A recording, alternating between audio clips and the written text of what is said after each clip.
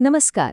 आज आपण धम्मपदातील एका अशा विलक्षण कथेबद्दल बोलणार आहोत जी आपल्याला विचार करायला लावते की आपलं मन, आपलं चित्त खरंच इतकं शक्तिशाली असू शकतं का की ते आपलं वास्तव, आपलं शरीर सुद्धा बदलून टाकेल. ही कथा आहे आपल्याच मनाच्या त्या अविश्वसनीय शक्तीची. चला एका अगदी थेट आणि कदाचित थोड्या विचित्र वाटणाऱ्या प्रश्नाने सुरुवात करूया. विचार करा, एक साधा विचार जो आपल्या मनात काही सेकंदांसाठी येतो आणि जातो. तो विचार खरंच आपलं भौतिक शरीर बदलू शकतो का? ही कल्पनाच आपल्याला अविश्वसनीय वाटते, नाही का? पण आजची जी कथा आहे ना, ती आपल्याला ह्याच प्रश्नाच्या अगदी मुळाशी घेऊन जाणार आहे. तर मग चला आपण थेट त्या काळात जाऊया, सोरैया नावाच्या एका समृद्ध शहरात. तिथे एका श्रीमंत व्यापाऱ्याचा मुलगा राहत होता. त्याचं नावही सोरैया. त्याचा दिवस अगदी नेहमीसारखा सुरू झाला होता, पण त्याला जराही कल्पना नव्हती की पुढच्या काही क्षणात घडणारी एक घटना त्याचं आयुष्य कायमचं बदलून टाकणार आहे. कल्पना करा, तरुण सोरैया एका शानदार रथात बसून आपल्या मित्रांसोबत स्नानासाठी शहराबाहेर निघाला आहे. आणि त्याचवेळी अचानक त्याची नजर एका भिक्खूंवर पडते. ते होते थेर महाकच्चायन. त्यांची त्वचा जणू सोन्यासारखी चमकत होती आणि त्यांच्या चेहऱ्यावर एक विलक्षण शांतता होती. ते दृश्य पाहून सुरैया क्षणभर त्यांच्याकडे पाहतच राहिला. आणि त्याच क्षणी थेरांचं ते मोहक रूप पाहून सोरैयाच्या मनात एक चुकीचा, एक अकुशाल विचार चमकून गेला. तो विचार करतो, वाह, काय कांती आहे! हे थेर माझी पत्नी असते तर किती छान झालं असतं, किंवा निदान माझ्या पत्नीची त्वचा तरी यांच्यासारखी सोनेरी असती. हा फक्त क्षणिक विचार होता, पण त्याची ताकद इतकी प्रचंड होती की फक्त त्या एका विचारामुळे सोरैयाच्या आयुष्याचा दुसरा अंक सुरू झाला. एका श्रीमंत व्यापाऱ्याच्या मुलाचं आयुष्य सोडून तो एका दूरच्या देशात एका आईच्या भूमिकेत कसा पोहोचला हे आता आपण पाहणार आहोत. त्याच्या अस्तित्वाची जणू दोन भागात विभागणी झाली. बघा, सुरैयाचा हा अविश्वसनीय प्रवास किती नाट्यमय आहे. सुरैया शहरात त्याच्या मनात तो चुकीचा विचार येतो आणि त्याच क्षणी तो पुरुषामधून स्त्रीमध्ये बदलतो. प्रचंड लज्जेने तो आपल्या मित्रांना आणि रथाला तिथेच सोडून तक्षशिला शहराकडे पळून जातो. तिथे एका श्रीमंत तरुंगाशी त्याचं लग्न होतं आणि त्याला 2 मुलेही होतात. अनेक वर्षांनी त्याचा एक जुना मित्र त्याला तिथे भेटतो आणि मग सगळं सत्य समोर येतं. आणि अखेरीस तो थेर महाकच्चायन यांची क्षमा मागतो आणि पुन्हा पुरुष बनतो. अविश्वसनीय आहे, नाही का? विचार करा, अनेक वर्ष या विचित्र, दुहेरी अस्तित्वात घालवल्यावर सोरैयाची मानसिक अवस्था काय झाली असेल? तो आतून पूर्णपणे थकून गेला होता. एका स्त्रीच्या शरीरात अडकलेलं पुरुषाचं मन आणि एक आई म्हणून मुलांची जबाबदारी, हे ओझं त्याला असह्य झालं. त्याला या चक्रातून बाहेर पडायचं होतं. आणि याच तळमळीतून तो आपलं सत्य आपल्या जुन्या मित्रासमोर कबूल करतो, जो त्याला थेरांची क्षमा मागण्याचा एकमेव मार्ग दाखवतो. आणि मग तो निर्णायक क्षण येतो. सोरैया थेर महाकच्चायन यांना जेवणासाठी आमंत्रित करतो. जेवणानंतर तो त्यांच्या पाया पडून रडून घडलेल्या प्रकाराबद्दल क्षमा मागतो. आणि जसे थेर म्हणतात, उठ, मी तुला क्षमा केली, त्याच क्षणी चमत्कार घडतो. सोरैया पुन्हा पुरुष बनतो. या अनुभवाने तो इतका आतून हलतो की सांसारिक जीवनाचा मोह सोडून त्याच थेरांच्या मार्गदर्शनाखाली तो भिक्खू बनण्याचा निर्णय घेतो. आता सोरैयाची ही कथा केवळ एका चमत्काराची नाहीये, याच्या मागे एक खोल अर्थ दडलेला आहे.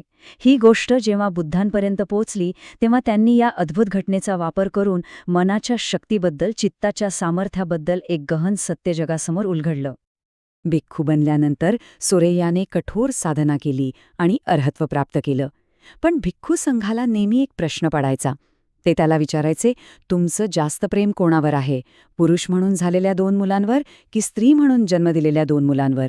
सुरुवातीला तो म्हणायचा की ज्या मुलांना मी माझ्या गर्भातून जन्म दिला त्यांच्यावर माझं प्रेम जास्त आहे.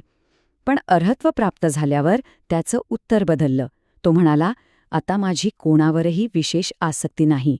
हे ऐकून इतर भिक्खूंना वाटलं की तो खोटं बोलत आहे, कारण आईचं प्रेम तर सर्वात जास्त असतं. जेव्हा हा संभ्रम बुद्धांपर्यंत पोहोचला तेव्हा त्यांनी सोरैयाच्या उत्तरामागील सत्य स्पष्ट केलं. त्यांनी सांगितलं की तो खरं बोलत आहे, कारण अर्हताला पोहोचल्यावर सर्व आसक्ती गळून पडते. आणि ह्याच संदर्भात त्यांनी ही गाथा सांगितली. क्षणभर शांत राहून आपण ही मूळ पालिगाथा पूर्ण श्रद्धेने ऐकूया. न त माता पिता कैरा अन्य वापीच ज्ञातका सम्मा पणिहितम चित्तम सेयसो नम ततो करे. या गाथेचा अर्थ खूप खोल आणि आपल्या प्रत्येकाच्या आयुष्याला स्पर्श करणारा आहे. एखाद्या व्यक्तीचं जेवढं भलं त्याची आई, त्याचे वडील किंवा इतर कोणी नातेवाईक करू शकत नाहीत, त्यापेक्षा कितीतरी पटीने अधिक भलं, अधिक कल्याण त्या व्यक्तीचं योग्य दिशेने लावलेलं मन करू शकतं. बुद्ध इथे सांगत होते की सोरेयाची मुक्ती त्याच्या नातेवाईकांमुळे नाही, तर स्वतःच्या प्रयत्नाने मनाला योग्य दिशा देऊन झाली आहे. या गाथेचं जे सार आहे ना, ते सम्मा पणिहितम चित्तम या 3 शब्दांत दडलेलं आहे. चला हे शब्द फोडून पाहूया.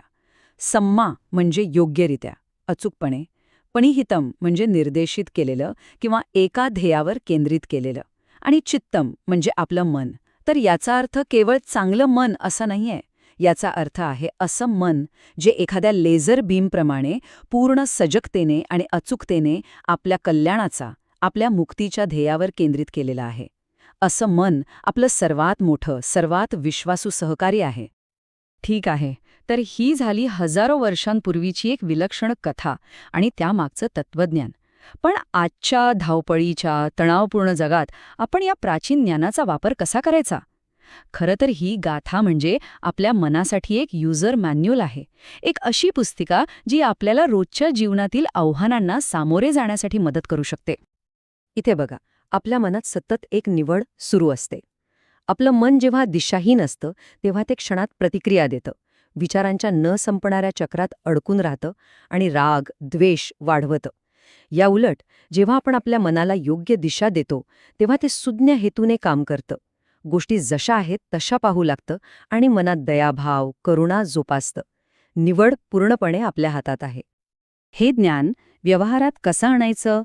चला, अगदी रोजच्या जगण्यातली 3 उदाहरणं पाहूया.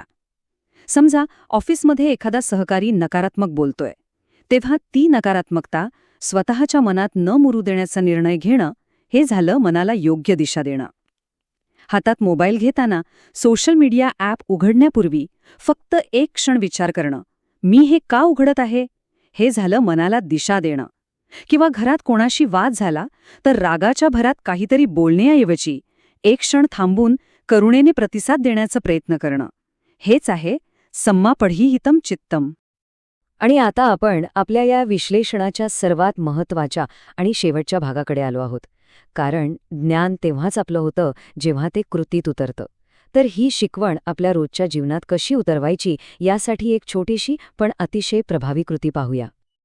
हा एक खूप सोपा पण शक्तिशाली सराव आहे. दिवसातून फक्त 3 वेळा, सकाळी, दुपारी आणि संध्याकाळी, आपण जे काही करत असाल ते फक्त एका क्षणासाठी थांबवा. डोळे बंद करा आणि स्वतःला विचारा, या क्षणी माझं मन कोणत्या दिशेने धावत आहे, कोणत्या विचारात गुंतलं आहे.